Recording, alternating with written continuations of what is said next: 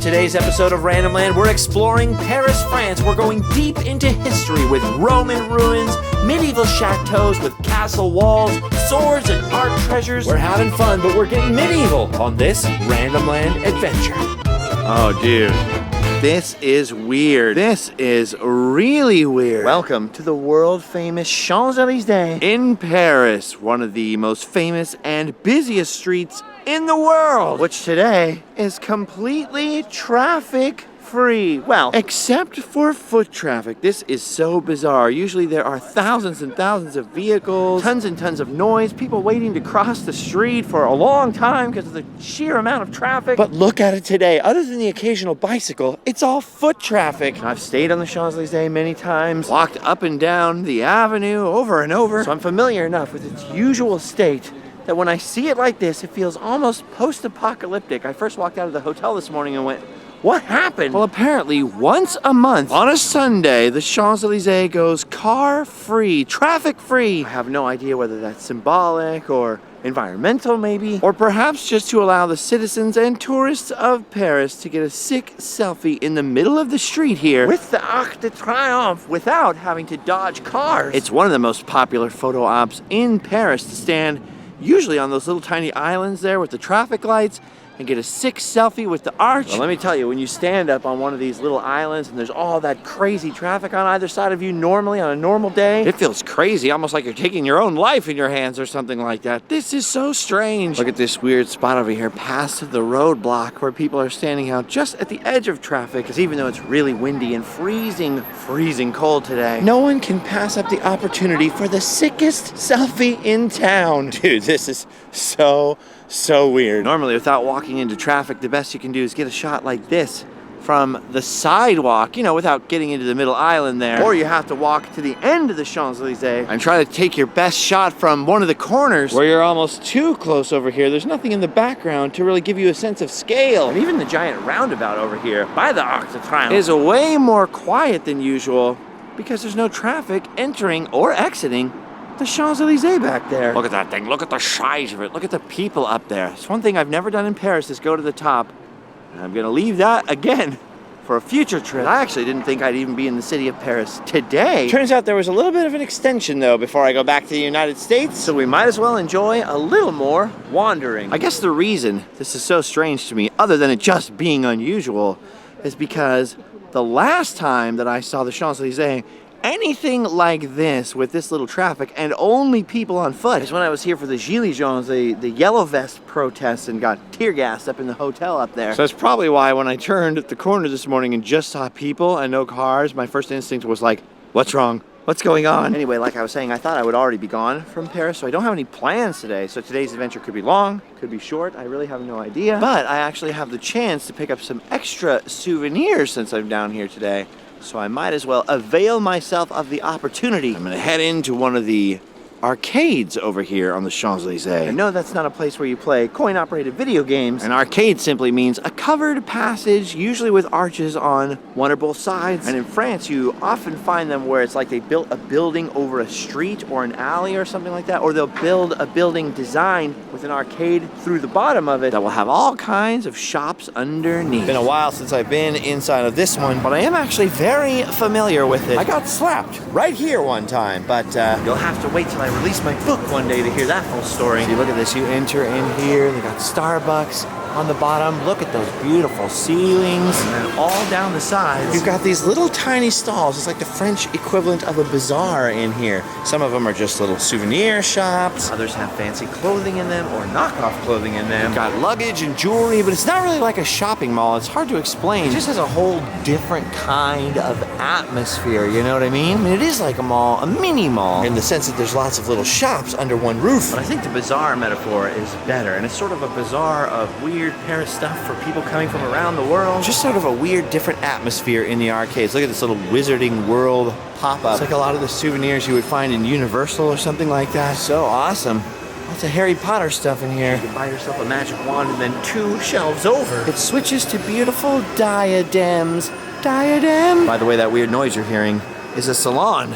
behind me, so all kinds of businesses in here. They don't want anybody filming inside the pop-up, which I can respect. And there's not much to it anyway, so that's okay. But look at here behind it, you can see the other exit to the arcade back here on another street. See, it goes through from street to street, but you're covered by these phenomenal old roofs from the rain and the cold. And I think traditionally, back in the day, the arcades would have been open on both ends, but, you know, nowadays with all the shops and security, they like to be able to at least close up one side. Okay, well, I'm here to hopefully grab one or two more souvenirs in the arcade. So let me get to that and I'll be right back. Weird because I haven't been here in 3 years, and yet just after 3 days, I feel so acclimated again. I almost feel French. Oui, oui, mes amis. Parlez anglais, enchanté, croquet. You would think they have never seen a Frenchman before. They have not seen Pink Panther? Bonjour, monsieur, bonjour. Sacré bleu. Je n'ai pas français. Tu manges une pizza?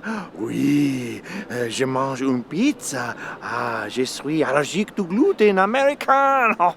Okay, and now that I've amused and confused hundreds of French people who were just staring at me, I guess it's time to move on to other parts of the city. Well, a bumpy Uber ride later, and we're back by the river, back by Notre Dame. And what most people don't realize about Notre Dame is that it's actually on an island, the Île de la Cité, the island of the city, surrounded on both sides by the River Seine. And in the later Roman period, when the Gauls were invading and all this different stuff, that island was really the city of Paris, which means we are actually standing in part of the ancient Roman Empire, and that bridge over there, the one leading tourists directly to the Île de la Cité and Notre Dame Cathedral, is actually just a more modern version, if you can believe that, an old stone bridge, built on the exact site of the old Roman bridge that crossed over here to the left bank. And if we actually head to the little bridge and take a left into the left bank, up the Rue des Petits Ponts, and we are actually traveling up the old Roman road into the even older, earlier Roman settlement of Lutecia. So you had the more fortified island that's now the Île de la Cité, and then this way, before the Romans, were the Celts, a people called the Parisii, which of course eventually is where you get the name Paris for this city. But once the Romans took over and founded Lutecia, this was one of the Roman roads that leads towards the site of the ancient Roman baths. And it's crazy looking at modern Paris and then thinking we're in an old Roman city, and then of course the Gauls, the Franks, now we have the modern French. There's so many layers of history under our feet, and I've been told over and over that there's no better place to explore those layers than over here at the very site of the ancient Roman baths underneath a later medieval abbey and some more, even more modern buildings that now make up the Musée Clooney, which is now the National Museum of the Middle Ages, but underneath there are remnants of the original Roman baths. I've never been here before. Well, inside anyways, because look at that line to get through security and buy your ticket. I've always been in a hurry and had other things to do and always shied away from standing in that security line. Since today's adventure will no doubt be short, why not spend it looking for Roman ruins? Well, at least standing in the long line gave me a chance to look at the gargoyles and the local cat. And I'm telling you, that line was very long. There's a reason. Turns out today, this Sunday, the museum is free. It's pretty exciting to be in here because there was always a long line in the past. Now, this museum houses all kinds of antiquities, but I, of course, am primarily in here because it's built on the site of the old Roman baths. And many parts and pieces of those ancient Roman baths still exist here. Look out the window. Look at that ancient stonework. They still exist because they were incorporated into later buildings. But now here's the rub. Normally, when you visit the museum, you're able to head downstairs into the very well-preserved frigidarium, the cold room of the baths. But of course, I am here right when you can't do that. It literally reopens the day after I fly back to California. See, look at this. This is the entrance of the museum. We're in this modern section here. The Roman baths took up the whole entire thing, and now the frigidarium is downstairs, and here there's still some ruins that we can see, luckily. But the whole eastern half of the Roman baths was completely destroyed when they built the giant medieval portion of the building that we saw from outside, which we'll enter into in a minute. Roman France, of course, existed in the Byzantine era, so Lutecia very quickly became a Christian settlement. So you have all kinds of pieces of like Romanesque art into Gothic art. You've got this treasure over here, this rich stuff that belonged to the Visigoths, the front of an ancient cathedral altar over here, ancient 11th century capitals. Man, there are just bits and pieces of ancient churches everywhere in this huge room.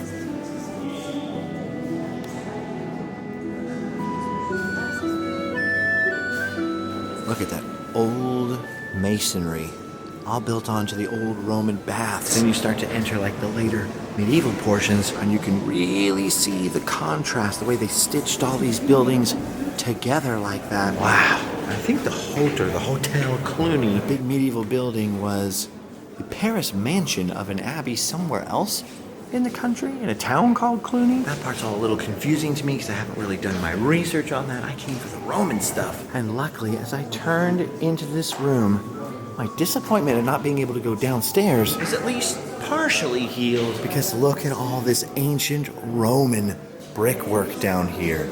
This is all original stuff. And the connecting doors at the Frigidarium may be closed, but check it out.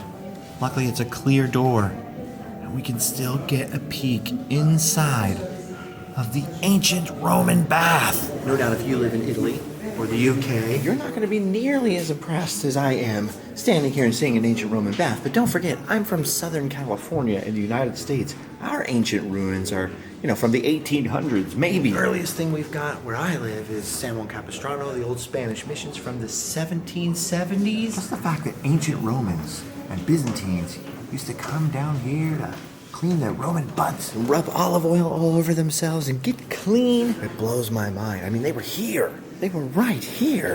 That is so frustrating that it's closed right now. But even though we can't get into the epic Frigidarium, at least I'm able to walk through some Roman walls and things like that. Side note, look at these guys. These are some long-forgotten pieces of the Notre Dame Cathedral. See, during the French Revolution, when they were cutting off the actual king's head, that apparently wasn't enough. So they went to the cathedral, and on the front, they had statues of the kings of Judah. They went and cut off all their heads, too. See, the mob in Paris, the peasants that were revolting, didn't understand these were ancient biblical kings, and sometimes angels or apostles, and so they heimbucked the chapek out of them. They found all these statues being used as filler for walls or rubble to support foundations of later buildings, basically being used as construction material. I mean, just rocks. So of course, as different chunks of them were rediscovered, I hate using the word chunks, as different groupings of these heads and bodies and other battle-damaged pieces of Notre Dame were discovered, they brought them here to the Cluny Museum, the National Museum of the Middle Ages. Oh, look at this, for the blind. They have Braille text here, and one of the heads you can actually touch. Weird. Okay, I'm getting distracted. I was trying to come in here to see the Roman stuff, and they're trying to get all medieval on my run. Heading deeper into the museum would mean heading later into history and into the Middle Ages proper. But if we head back out towards the entrance, above where we were just standing down there and looking into the Frigidarium down below, there's actually a little doorway leading out to more of the ruins of the baths. And I've seen this portion of the ruins from the street several times before, but you never get this clear of a view of it through that fence over there. Of course, it's all like chicken wire. So this is an incredible treat. Look at that. Wow, I would have paid the admission price today just to see this. Because of course, as I mentioned, today it's free. Look at this, this is crazy. Roman baths were so social, People would come get nude together to come get clean. People would have snacks in there. These are what's left of the calderia, the heated room. So they would have heat way down underneath, and the floor would get so hot you would wear wooden shoes. It's like a sauna. You'd get all hot in there, hot water, get all heated up, and sweat out all the grossness before moving on to what I think was called the tepidarium in some Roman baths, which is the, as it sounds, the tepid part, the sort of lukewarm part of the bath, and you'd wash yourself off, then head in to another caldarium, so another hot bath. And the caldarium, the best preserved part over here and underneath where we just were looking through that glass window. Really, in English, we should call it the coldarium, because that was the cold part of the bath. Pretty wild, dude. Pretty wild looking at this and seeing all this. I'm a little bit annoyed that I stood in that line for so long, and then the one thing I really wanted to see was closed. But c'est la vie, c'est la France. Every time I come to Paris, I have to forcibly be reminded that you kind of have to take this place as it comes. Transportation strikes and riots and, oh, France. It's so crazy. So weird growing up and reading history books or looking at illustrated, history books and seeing those Roman walls just in pictures and illustrations, the brick, and then the, what do you call it, the concrete layer with all the stones in it, and then coming here and seeing exactly what you would expect, those Roman or Byzantine walls like this, Pretty wild. I think it would take a full day to sort of explore the entire Middle Ages portion of the museum in any great detail. Since I'm already in here, I might as well look around a little bit. You know, when in Rome. Hey, it's the first time I've said that. And it's actually kind of true. When in the Roman Empire, anyways. Look at this. Look how labyrinthian all these buildings are. Any building that takes ancient ruins and builds on them and builds on them. They just become cool mazes of corridors and levels. I love that the sign says, an ancient and medieval complex. To us back home, medieval is ancient. To the French, it's a time they almost remember. Culturally speaking, I mean, some people live in medieval buildings here. They certainly look at medieval buildings every day. They attend medieval churches. Speaking of which, this room has pieces of the Sainte-Chapelle that are left over from its restoration. Sainte-Chapelle, of course, is located on the same island as Notre Dame. Look for that episode because I filmed it before, and it was easily the most breathtaking, beautiful, man-made place I have ever been to. Dude, look at these rooms. Look at those timbers up there. So cool. I mean, to me, I find not just the statues and the art, but the building itself to be this sort of incredible, amazing relic. The French, they are not quite as impressed. As I mentioned, they see buildings like this every day. And that, I think, is part of the charm of Paris for us Americans. Because places like this are just pure fantasy to us. I mean, just look at this place. Look at this incredible structure, this amazing courtyard over here. Looks like something from a Disney movie to me. The Chateau is belle. I mean, just check out the well right here. Look at this. That is incredible. Look at the old pulley up there. The well, of course, is now covered. That is so we don't fall into it. It is just like a black oubliette down there. Completely dark and very deep. But look at this. I like how you could spill some water over onto the top and it would run out of this guy's mouth right here. You could fill a bucket. You could, I don't know, I guess drink out of it. Get all mouth to mouth with this dude, just like a little baby bird. I'm thirsty. Ah. Yeah, dude, this place is incredible. Look at that.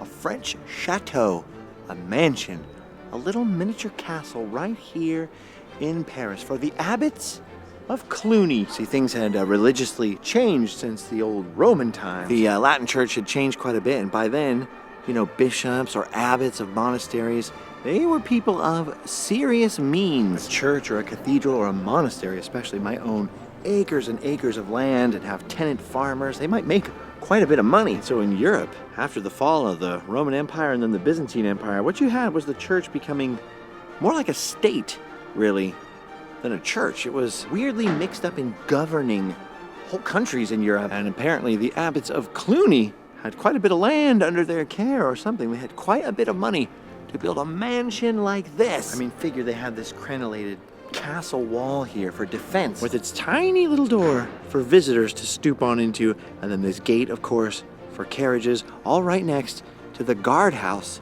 Look at that little guardhouse right there with the windows pointing out so you could see who was coming in. I don't think we think of bishops today as needing a lot of security, but back then, those were the landlords. And the landlords had all the cash. Look at this. Look under these archways back here. You go right from the medieval stonemasonry right into that ancient Roman masonry right back there. That's nuts. These arcades down here were beneath the galleries where the owner and the guests could walk around and look out the windows, enjoy a little sunshine, maybe look over the wall there at the poor peasants starving in the streets, fire off some arrows at them. No, I'm just kidding. Look at this back here under the arches. I just noticed this big old room. I'm guessing that was for carriages right there. Wow, dude, this is incredible. I could stay out here all day long and stare at just this courtyard. I mean, it's blowing my mind. It's beautiful. But I suppose eventually that would get pretty boring for you guys. Now, admittedly, I know very little of the history of this building, but I've read enough to know that at various points, English and French kings and queens have stayed here. They used one of the towers as an observatory, like early astronomers. And then during the Revolution, you know, when they beheaded all the kings and killed all the aristocracy, I think one of the rooms here was even used for scientific experiments, including dissection. So there's a long and complicated history to this building. I'm sure it would take a long time to fully learn and grasp. Ooh, looks like we have some Italian art up in here. Objects from the 13th and 14th centuries. Hey, there's good old St. John the Baptist right there. Look at this incredible place. All I can think about is what this must have looked like when it was a house. Some stunning works of art in here. Just crazy, the talent that all the masons and sculptors had. Look at this panel here. You have Christ being arrested and then tortured. He had to carry the cross. And there he is, rising from the grave. Look at that. That altarpiece there dates from the 1300s. Crazy. Wow, look at this over here. Look at this stone hearth. I don't even know what this piece of stone would cost now, much less the price of someone coming and carving it like this. But whoever owned this fireplace back in the 15th century, and it's not, by the way, original to this house, but whoever owned this clearly had some cash. I do like ancient churches. I like the idea that when people went in to contemplate the spiritual, that they gave all their best to create like a miniature heaven around them so they could contemplate the divine. Then there's the other more iconoclastic school of thought that it's all just window dressing, temporal, not spiritual. I understand both sides, but I think if I was going to go contemplate the divine mysteries of the universe and the lives of the saints and such like, I'd like to be surrounded by artistic visions of heaven and depictions of history and visual ways of telling the story while hearing the chants and smelling the incense. Up on the altar in the presence of the divine, you would have all this gold, things you would never see in your life here as a regular average Joe. And of course, talking of the average Joe back then, most people were illiterate, so they needed all the religious symbolism to help preserve and explain the stories and the history. And history back then isn't like history now. Now we have something called historicity. We have a very fact-based, very logical approach. But back when it was hard to preserve and communicate information, even if you could read, how much could you write? Writing books and buying books was so expensive until very, very recent modern times. History was more about the truth behind a story than about exact dates or evidence. There were no books to study. There were no cyborg brains in our pockets. I now have access in 5 seconds to more information than these people were able to get in their entire lifetimes. So when you're talking about history then, religious or secular, and the two were often very blurred, if you were only able to transmit a little bit of verbal information, and very few people could afford to be, pursuing intellectual things. The average person couldn't afford the time even if they had the books. The important thing was, how do we preserve the important bits of the story? The larger truth that needs to be handed down, the essentials. So you put things in terms of metaphor, you tell these stories, a lot of proverbs and parables. And I think it's important to remember and worth talking about because in the modern day, the sort of new school of thought is to look at ancient texts, religious or secular, and try to analyze them literally or logically and dismiss sort of all the knowledge of the past, throw the baby out with the bathwater, as it were, by assuming they were all superstitious morons that didn't know their own history. If you're judging the people and the stories of the past by modern standards, and you refuse to look at the past through anything but a modern lens, well, then you can have all the knowledge in the world, but you've thrown out wisdom. Anyway, enough of my rambling, incoherent, philosophical thoughts. Look at this. Swords. There are medieval swords and shields in here. Oh, swords. Oh my gosh, that is chainmail right there. Seeing actual chainmail that people wore in the Middle Ages, much less their weapons and, of course, their helmets. Wow, that's just incredible. I can't believe how richly decorated all these shields were. I wasn't expecting that. But I'm loving getting a close-up look at these actual used swords. Look at this shank right there. This is even crazier. Look at the medieval guns. Look at that.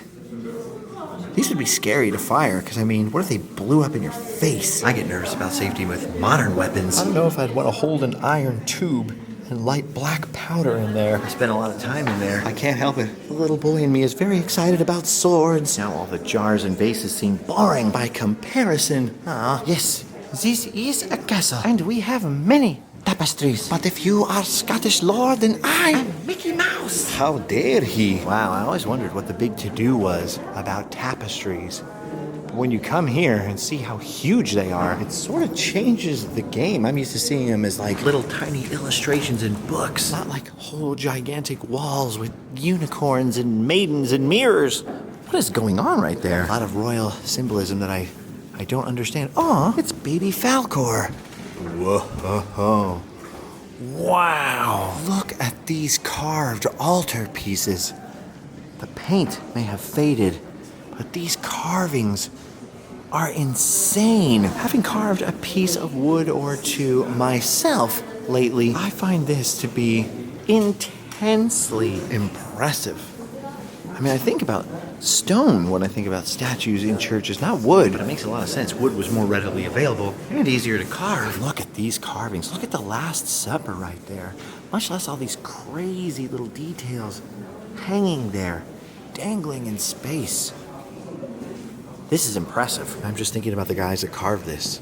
Guys with no fancy book learning, no YouTube tutorials, no modern tools, and yet look what they were able to do. I mean, even the bishop's chair over here, or these seats over here for the monks. There's a lot of parts of ancient liturgies where the monks or the canons would have to stand almost the entire time. So this way, with these little cheater seats, they could still technically be standing up. And if they were having to stand and sit a lot, this way they could kind of sit and then be right back up. But look at the way each one is carved individually with different saints and different scenes on them. Wow. I'm just thinking of my feeble attempts at carving, like the Splash Mountain carving I recently did. And I was all chuffed and pleased with myself. Now I realize I got a long way to go when it comes to wood carving. Okay, this was a serious, unexpected pleasure getting to come here at all today, even if it was a little disappointing not to get into the surviving parts of the Roman bath. But I guess Paris will still be here in the future. And who knows, I might be able to come back one day, see the parts I missed. Time for us to exit through the gift shop now, exit the George Clooney Museum. Time to be moving along. That was very cool. After waiting in that super long line and then getting in there and finding I couldn't go down into the part of the Roman bath I thought I was going to go see, I almost just turned around, walked out, and gave up. Sometimes you just gotta stick it through though, and I'm glad that we did, because that was pretty interesting. Unexpected medieval swords and carvings were a definite highlight. See what I mean about not being able to really see the ruins through this? This is the only way I've ever seen them before. Not quite the same, although I must admit, there is a lot that you can see from the street. In fact, there's a whole lot you can see from the street that you can't see from inside the museum that you usually have to pay for, so it's worth walking around the block as well. Roman baths. How mind-blowingly cool is that? And then down here, you can see there's even more underground parts that aren't part of the normal museum tour. Pretty awesome. I love Paris. I love that there's just a guy playing a flute on the sidewalk and burning some very good smelling incense, actually. Look at this. You can walk into this little garden here behind the museum. This is just sort of like a little public park over here. Kids come to play here every day in the shadow of the Roman baths. It's crazy that stuff I'd come thousands of miles to see and have my mind blown by. It's just like the backdrop for a playground in Paris. Every day I keep thinking that day is going to be my last day in Paris, but we've managed to have a couple of crazy adventures between this channel and my other channel. All in all, a pretty cool visit for something I thought was just going to be a quick boomerang trip. You guys know I love history. I love American history, but I must tell you, it's pretty exciting for me to come anywhere in Europe where there's so many layers of history. And look at that, speaking of history, we can buy some history books. Oh, speaking of books, and French books in particular. Yesterday, after walking miles and miles around the city, I came back over here, back along the Seine, back along the river, to all those kiosks, you know, those green boxes on the river where people have those little stalls, and bought myself a couple of choice treats. I'll show you when we get back to the hotel. The museum, by the way, was like a block and a half up that way. Notre Dame is just out of view behind this building over there, across the river, and that spire, that's Saint-Chapelle, where I filmed before I was telling you about. There's a lot of stuff I like in Paris crammed into one sort of little area. I'm always drawn towards this left bank side, the Latin Quarter, Notre Dame, the Ile de la Cité. It's pretty nice in this area. Ooh, look at that. Now I can illustrate to you the island. See, we were on this side over here, the left bank. There's Notre Dame, Conciergerie, Saint-Chapelle's in there, and there's the rest of Paris off that way. See? An island in the Seine, but my dogs are barking. My face is freezing. And even though I'd love to keep shopping at these little kiosks all day, well, at some point I gotta head back. There's a lot more of Paris to see, and I look forward to seeing it with you one day. But tomorrow I'm actually leaving the city, so I guess I'd better go back and get ready. Au revoir, Paris. Au revoir, Seine. Au revoir, Jean Valjean. Live your life, Claire Danes. Leave me and Inspector Javert behind. Be free. Well, actually, change of plans. I forgot that my hotel is plagued by that European flickering light thing on camera, especially in the rooms. And as soon as I got back to the room, I found out I had to pack up for our next secret destination. So it looks like I won't be able to show you the swag I picked up right now. And instead we're gonna have to bid bon voyage to Kermitzilla and the city of Paris. But hopefully when we get home, maybe we'll do a little sometimes vlog on the other channel and I can show you that sweet, sweet stuff. Until then though, on to other adventures. Make sure to check out randomland.com and all the other links down below in the description. It's time for us to move on to other adventures, my friends. You've done your duty. You can go home, sleep well, and until next time, au revoir.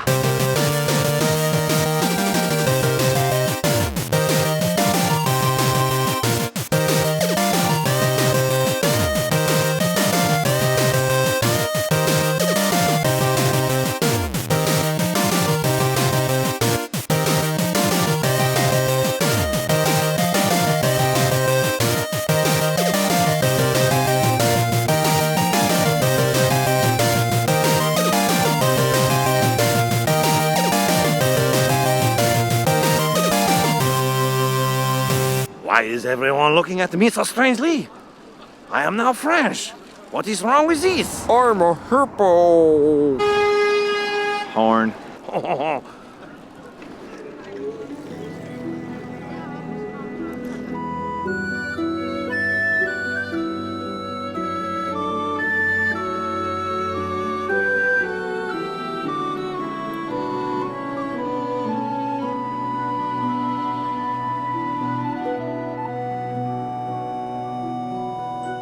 I'm just waiting here in Paris and I'm standing here in France. My hands are in my pockets 'cause I'm freezing off my pants.